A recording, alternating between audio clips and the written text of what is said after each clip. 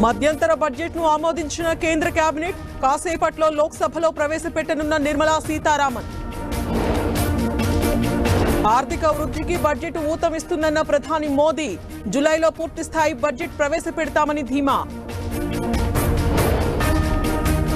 తాత్కాలిక బడ్జెట్ పై ప్రజల్లో భారీ అంచనాలు, చమురు, వంట గ్యాస్ ధరలు తగ్గిస్తారంటూ ప్రచారం.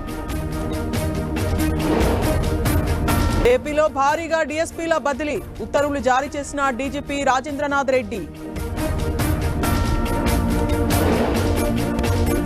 కేసినేని నానికి మతి భ్రమించి మాట్లాడుతున్నారు, వచ్చే ఎన్నికల్లో ఓటమి తప్పదన్న టీడీపీ నేత చిన్ని.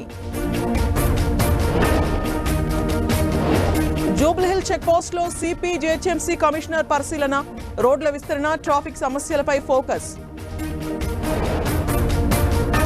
పాస్పోర్ట్ కేసులో సిఐడి దర్యాప్తు వేగవంతం, 6 నిందితులకు మరో 2 రోజుల పాటు కస్టడీ.